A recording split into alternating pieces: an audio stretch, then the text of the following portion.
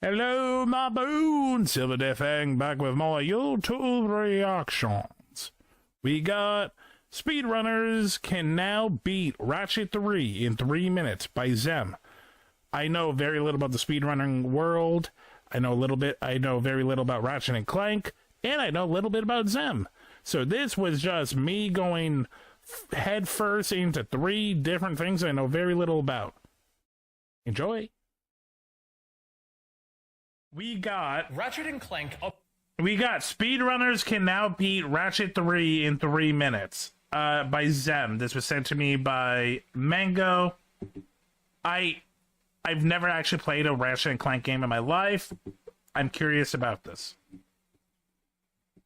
Up Your Arsenal was released 22 years ago on November 2nd, 2004. Damn it, old! A year later, Cannibal Canine posted the first ever recorded Ratchet speedrun to Speed Demos archive, beating Ratchet 3 in 2 hours and 22. The speedrunning community is fascinating to me because now it's a whole thing on streaming and stuff. But back in the day, these guys would go through massive lengths to connect with each other just to show off how quickly they can go through a game, and I love it. It's such a fascinating culture to me that I'm not a part of. Minutes. 7 years later, I would lower this world record by 30 minutes. Damn! And over the next 13 years, a rich community of dedicated speedrunners would bring this time down to a blistering 38 minutes and 24 seconds. Then, on January 2nd, 2026, I uploaded a video beating the game in 3 minutes and 24 seconds. Okay, how? Because I do know Ratchet and Clank is a 2D platformer with a lot of collectibles, so this cannot be easy. Seconds. So what counts as beating? That had to have been a 6. What counts it as That's beating? Cannon. And now this will be Rhino. What the fuck are you? These are. He has his own language. None of this makes sense. Could be good for Rhino XP. Yeah, I Rango by Cannon Sappered into the Goobaloo, and then we did a 360 raunchy daunchy, and now we're on level 10. Okay, so that gives us the V5 Rhino. That kills Nefarious. Yeah, that kills Nefarious, Franz. What the fuck are you talking about? I wasn't kidding. After beating this level, I hop in the ship, travel to the last level in the game, skip the Dr. Nefarious boss fight, and destroy the Bio-Obliterator. This demolished the world record of Ratchet 3 any percent. How? What? Did you hack into it? Did you glitch it? Like, I am so confused of what I just saw, chat. What did he fucking do? He did a backflip and killed the final boss? How does that work? And by 35 minutes. And this is how Ratchet 3's new skip was presented to the world. With zero context and zero explanation of what the hell I was talking about. And as you can see, people were a bit confused. Oh, no shit, motherfucker. So let's go over what the hell is going on here, and Thank you. moreover, let's answer the one question I hear all the time. Did you cheat? How the fuck do people find this shit? Oh, that's easy to answer. Like any kind of gamer, fighting game, FPS, speedrunning, if you devote yourself into something and you give it most of your life, you will find that you can do some insane what the fuck shit.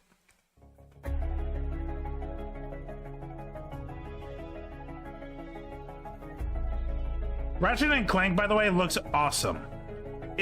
I know this came out like 20 years ago. It still looks great to me. I never had a PS2, so I never played Ratchet and Clank. It all started on December 20th, 2025, when runner King DDD found something strange. I've heard that name before. He had made a new file and immediately loaded a different file, and shit got weird. He was given a bunch of weapons that he didn't have or buy, and for some reason, his quack array, a weapon with no ammo at all, had an ammo count at negative 33,000. DDD was using a practice tool called Rackman, and so he assumed that had something to do with the bug. But runner and strat hunter Isak didn't think so. He remembered something from 7 years prior. On August 2nd, 2019, runner Nath had a similar experience. After loading a file, he was given 4 weapons he should not have had, and his disc blade gun had an ammo count at negative 64,000. Okay. But at that time, the community did not think much of it.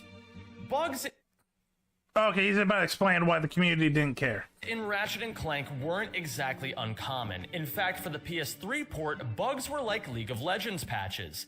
They keep happening even when you don't want them, and each one is shittier than the last. Fuck you, On Patches! top of that, Nath had no idea what caused the bug, and so after about 2 hours, everyone just forgot about it, I guess.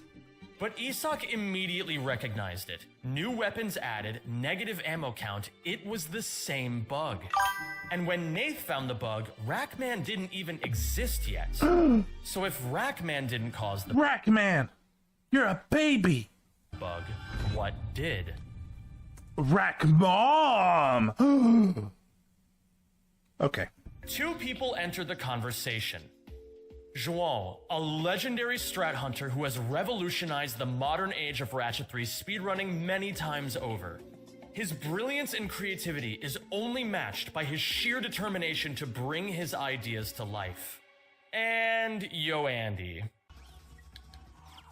Oh, I need to kill these guys. Hi, how are you? No, don't wave! You João, funnily enough, Oh, God. Without being in this community, I can already tell it's just like this legendary, like, whisperer and this fucktard that we all love because he's just like the lovable mascot. had this same bug happen to him as well. At the time, he assumed it was due to a separate glitch called Quit Exploit, as he ran on PS Vita, a console known for setting up Quit Exploit quite easily. Yoandy, on the other hand, thought it had to do with the game's debug codes. Both reasonable assumptions, as these tended to be 2 of the usual suspects for random glitches. However, these quickly proved to be dead ends. Whatever we were dealing with, it was something new. King DDD started by seeing if he could replicate this. He created a new file, landed on Veldin, the first planet, loaded a different file 90% of the way through the game, and then reloaded his fresh file. And it worked. Oh, this is so I love shit like this because speedrunners love it because it means they can do a world record. I can only imagine if this happened any time around the launch of the game, the developers would be shitting bricks because it means they really fucked up. In less than half an hour, there was a working hypothesis. If you load a different file and then go back to Veldin, things start getting weird. I guess it's time to try it with different planets. King DDD and another runner named Robo would take turns trying this idea out. They'd start a new file, load a different planet, and then go back to the Veldin file. They tried this with a bunch of different planets and got a bunch of different results. But what didn't make sense about this glitch is that they would get different results from one another even when they both loaded the same planets. Yeah, it wasn't meant to be. It's not a program plan. Literally, one of the programmers mess up like one of the letters or numbers, and now if you load back into a new file after going into a file that's at a different thing, you're going to get different random guns and maps. Chances are the code isn't a specific like 1-for-1. When Robo got up to Aquatos' clank section, she encountered something shocking. After reloading the Veldin file, she played the game normally until she traveled to the starship Phoenix, the game's 3rd level. Once she landed on Phoenix, she entered the ship and immediately exited. She was then sent to Phoenix Rescue, the 3rd to last planet in the game. Not even an hour had passed and there was already hope for a massive time save. You have to imagine that over the years, these sorts of random game-breaking moments have happened many times. So when insane new discoveries fall into our laps like this, runners tend to be simultaneously incredibly surprised and not surprised at all. King DDD posted a Discord message that I think perfectly captures this feeling. This game was programmed by 1,000 monkeys on typewriters. It was either this or Shakespeare. Well, he really wasn't. Yeah, he said it best. 1,000 people, 1,000 monkeys. One of them's gonna mess up something. They're not gonna catch it, and unless it's like game breaking, if it's not game breaking, it's gonna take a lot of effort for someone to break it. Making much ado about nothing. Because if we could figure this out, it would be the biggest time save in all of this game's history. Thank you to today's sponsor, Faith and Despair, who has paid to be mentioned in this video. When did you come out? When did you come out? Okay, he's new. It's a new video. Let's help him out. Faith and Despair is a roguelike deck builder that takes I like inspiration from roguelites. Magic the Gathering, Inscription, I like and the cards. notorious system of Final Fantasy VII. I used to be a big fan of card games like Magic growing up, Me and after too. playing Faith and Despair a bit, I found the mechanics of the game to be easy to learn and hard to master. The Materia style system allows for tons of depth, and I barely scratched the surface on card synergy. I also enjoyed that the Dude, you ate. Oh, wait. roguelike elements kept pressure on me to try. Dude, you drank 4 monsters in the span of what, 8 to 10 hours? I'm not surprised your head is starting to hurt. Those monsters are taking effect on me brain. Not me brain. Ella Bolivar. I personally wasn't crazy about the darkish colors of this game and the lack of UI customization, but I think by and large the game has a good sense of identity with its grittier tones. It just had a You know your heart is how you pump blood, right?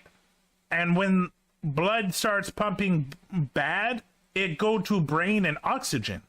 It's connected. change Ratchet 3's routes. At first, the route seemed like it was going to be play up to Aquados, then restart so you can warp to Rescue. The current world record by those are Scott words. Bozo gets to Phoenix Rescue in just under 33 minutes. Even with the generous estimate for this new route, you could get to Phoenix Rescue in So, I'm not gonna lie, none of this makes sense to me. under 19. A massive 14-minute time save at the bare minimum. But even assuming this would work, this still presented a couple of important questions. Where would you level up the shock cannon, the Swiss Army knife of Ratchet 3 guns? How would you kill Dr. Nefarious, the difficult final boss and a notorious bullet sponge? While runners continued to discuss, Isak was looking somewhere else entirely. He had already started digging through the game's memory on his own. And just a couple hours after Robo's discovery, Isak figured out what was actually causing the glitch. Coffee. And it all came from something nobody expected. The game's map. Every planet has its own map, and when you move around on any planet, the game saves the places that you have been to and colors them yellow. But here's the thing, this right here, this new map color, this is game data. Yes, it is. As you walk around the map, you're changing zeros to ones, which the game translates to us as colors. That is the basics. Yeah, that's the basics of any code. And normally, the game knows exactly where to store this data. Unless you're King Dedede and you find the one exception. In the beginning, when you start a new game, a file is created. Let's call this file A. The game takes you to Veldin, and a second or two after you gain control of Ratchet, the game autosaves. This autosave is incredibly important. Until this autosave happens, the game doesn't actually know you're on Veldin and no ID is set for the planet. And maybe you're already seeing where there could be a potential problem. We have about a 1-second window between landing on Veldin and getting this important autosave. If you pause the game in this window, the game won't autosave until you unpause. That is a big glitch, but I'm not surprised that no one in development caught it or cared if they did catch it. Because that is like in 1 second. A 1 second thing to like something most people would just see as like, yeah. It's it's just normal, like for this time, it's normal to have animations like this for each level. So now that we're paused, let's load a different file. Any file, it doesn't matter which one, but let's call it file B. You now run around on file B, covering all these different parts of the map, flipping all these zeros into ones. But now you want to go back to file A. You would think the map data you change on file B stays on file B, but that's not correct. It carries over to file A, and the game has to put it somewhere. Now normally it would get put in the slot that matches the appropriate planet. But because no planet ever got set on file A, the data gets forced to other parts of the game's memory and shit goes completely haywire. To put it simply, you can edit game memory by walking around. This glitch is insanely powerful.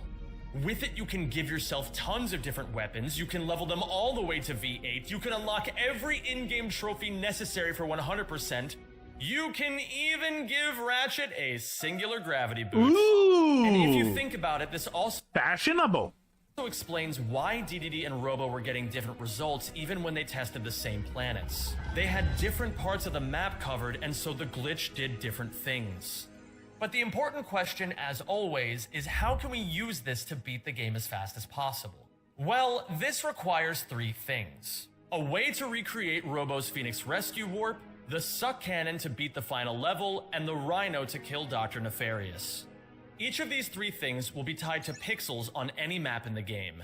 Well shit, that means we can probably do all of this without ever leaving Veldin, right? Okay, let's pull up the Veldin map real quick. Okay, where's the Phoenix Rescue trigger? Phoenix Rescue trigger, it's, oh. It's there. Speedrunners are capable of pretty crazy things, but getting over here from the start of the game is probably not possible. So not every map is gonna work for this. But what's nice is, these pixels will be in the same spots on every map, so we just need to find the earliest map that has all these That things. is insane, and I love it. Again, this is a world I don't follow, but I love the intricacy. Like, you are learning proper skills by trying to go fast. They're learning coding, they're learning positioning, they're learning, like, how data is stored, just so they can beat a 20-year-old game in under 5 minutes. I love it. Available. And that's how we landed on Dax.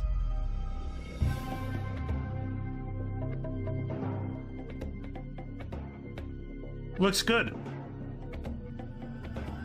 The first runs of this new Ratchet 3 Any% would be done by King DDD mere hours after figuring out map strats. After landing on Dax, he would backflip up this ledge, pick up the charge boots, and continue backwards. By walking right around here, he would unlock the Rhino. After death warping, he'd go forwards all the way to here, unlocking the Suck Cannon. He would then do a creative charge up this building and go until he covered this part of the map. And if we compare this to Robo's Aquatos Clank map from when she unlocked early Phoenix Rescue, you will see they're an exact match. Back at the beginning of the run, DDD started his new game on file A, paused the game before the autosave, and made a new save file. Now, file A is tucked away for safekeeping, and he continues on file B. After covering the Dax map, he reloads file A, and voila. He has the Suck Cannon and the Rhino, and he travels from the Starship Phoenix to Phoenix Rescue. After getting to Command Center, the final planet, he clears the enemies and uses the Suck Cannon to boxy to the end of the level. He kills Dr. Nefarious with the Rhino and blows up the Biobliterator in the hover ship, clocking in a So many words that mean nothing, but I like what I'm seeing, funny man. 22-minute world record. It was clear that there was a ton of potential left to uncover. After all, DDD moved slowly around Dax in an effort to be careful, and it took him several minutes to get the boxy right on Command Center. But as for this strange new glitch, it was... Wait a second. Strange new... Oh! We don't have a name for it yet! What are we calling this stupid map glitch, by the way? Stupid map glitch? I like that name. Any% no SMG goes hard, low-key. In response to this, Sly Sonic says, Any% no sweet... Look, I said that they are... that they're educated. I didn't say that they were creative. E-bomb Mobius. I found a great, cute to hoodie, which fuzzy Mobius thing. responds, Ooh. I think you are obsessed with me. I don't know, map overwrite, something like that. It just needs to be a snappy 2-letter acronym. Nose. Get that shit out of here, man. We're not calling it nose. Epic map fail. Epic map battles of history. And this is the exact part in the discussion where we begin spinning into several layers of irony. So dumb. Impressive map glitch. Note that Ratchet 2 has a glitch called Insomniac Museum Glitch, so Yugi is saying we should have another IMG. Imp. Loaded cartography. Note that Ratchet Deadlocked has a glitch called load canceling, so Scott is saying we should have another LC. João offers the idea of path exploit so that we could have a category called no path exploit or just nope. I mentioned earlier that Ratchet 3 has a glitch I do like nope. called quit exploit, so YoAndy offers the genius idea of load exploit. This got 5 thumbs down. Todio suggests map inducted level flag, or simply MILF. Ah! Amid a Yes! MILF, MILF, MILF, MILF. sea of goofing around were some actually solid suggestions like map warping, map miswrite, and pixel exploits. Good work, YoAndy. But eventually, we would choose to name this glitch File Cartography. Scott was pretty close. Now that we had the name File Cartography, it was time to figure out just how broken it could get. Going all the way to Dax to get the Phoenix rescue trigger felt unnecessary. What if there really was a way to hit the trigger on Veldin? Oh yeah, this. Okay, you won't be able to reach this with a long jump, it's too far.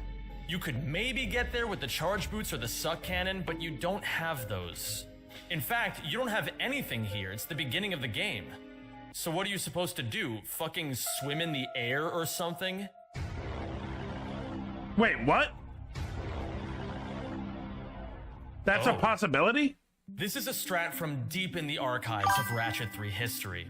On January 12th, 2009, Italian glitch hunter Ciccioscio would go out of bounds and glide down into That's this a lot of dome money saved. glass. When you pass through the glass in a specific way, Ratchet goes into a swim animation and you can now swim in the air. Despite being nearly 17 years old, swimming in air was never once useful in runs. Until now. Mobius would be the first person to use swimming in air to do all of file cartography from Veldin. He has to be a bit careful about where he swims since there's a ton of pixels that can crash the game. But he demonstrates some nifty new map pixels we found that, when flipped, completely skip the Dr. Nefarious boss fight. Once he completes Command Center, he can fight the Biobliterator and end the game. With this run, he sets a new world record of 2056. Okay. And this was only the beginning. That's insane on its own, but that's not the 3 minutes we learned. Ratchet 3 veterans started learning the route and finding tons of small optimizations. Runner and CS surf enthusiast Torbulin would then lower the record 5 times in one afternoon. First to a 12:16, then to a 7:28, then a 7:27, then a 7:10. King DDD discovered file cartography at 6:34 p.m. on December 20th, and the world record was 38:24. At 6:23 p.m. on December 21st, almost exactly 24 hours later, Torbulin would finish his last record of the day. After a retime, Damn you, Swedes! 6:42, Ooh. a 32-minute difference. Insane. Over the next few days, the route would continue improving. We learned that by covering some very specific parts of the map, you could put the coordinates for Command Center directly inside the ship. This meant all you had to do was finish Veldin, land on Florana, and then go back to the ship to beat the game. It sounds simple in theory, but in practice, this was a pain in the ass. Over here, I have a memory viewer open. To get the Command Center coordinates, I need to jump like this and get a value of 6. But what about this jump right here? Or this one? Or this one? They all look really similar, but they're all wrong. We're flipping tiny pixels after all, and there's no clear visual indicator for doing the trick correctly. Insane. And the amount of programs they do to mid-max is fucking insane to me, and I love it. I love this kind of energy. This is where most runners would lose interest in file cartography. You get one try at this jump, and you can never tell if you've done it right. It was frustrating. We also eventually realized that skipping Nefarious meant we didn't really need the Rhino anymore. This would save time but add a difficulty spike, as now there's no way to clear the powerful enemies on Command Center. You would have to set up a boxy and launch yourself all without getting hit. The final and perhaps funniest change to the route was that the Japanese version of the game ended up being the fastest. Japanese is notoriously the slowest version for every other category, but it had one clear advantage here. Normally, after reloading and activating file cartography, you boxy to the end of Velden to get to Florana. However, on Japanese, once you reload file A, you can wait for the autosave. Now, if you reload the file again, the game takes you right to Florana, skipping Velden entirely, and saves a few precious seconds. Shoutouts to João for finding this idea originally. With all these new strategies in such a short category, the world record would be passed around by a handful of different people. New runner and friend of the stream Namuoto would get a 422, then former Yu-Gi-Oh player 24/7 Yu-Gi-Oh would get a 411. We hate him. I'm kidding. Or King am I? DDD would reclaim world record with a 354. King DDD! Woo! I would lower the world record a few times down to 337, and then Torbullen would bring it down to 3 minutes and 28 seconds with a near perfect run. Oh, that has to be it. That has to be it. That has to be it. That has to be it. It's gotta be it. Oh my god, finally! I can't believe it. Aww. It's hard to hate on a Swede like this. He's so sweet. Damn, I'm gonna go to bed. My AirPod's about to die. This was a Night, huge buddy. milestone because it now beat Quest for Booty Any Percent as the shortest category in the entire Ratchet series. And as an additional fun fact, if you took every... I'm sorry, but Quest for Booty, are you serious? Is that, like, there's a game called Ratchet and Clank Quest for the Booty? They just wanted to make a bunch of furries and robo whatevers, didn't they? main leaderboard category in Ratchet, Jack, Sly, Spyro, and Crash Bandicoot, Ratchet 3 Any Percent is now the shortest category out of any of them. Well, aside from Spyro Enter the Dragonfly, but we're not going to talk about that. Fuck you, Having Enter the achieved Dragonfly. Such a cool milestone, Tor was Stupid satisfied game. with his run. But I knew there was more time to squeeze, even if it was only a couple of seconds. I would grind this 3-minute category on stream for 5 straight days, and after 448 attempts, I would get this run. I don't think this worked at all, but I tried it.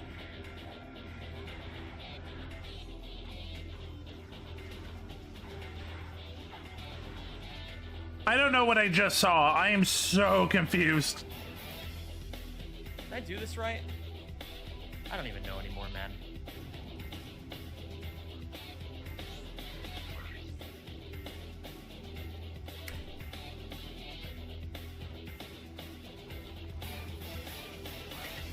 No fucking way. All right, we got Command Center. That's crazy.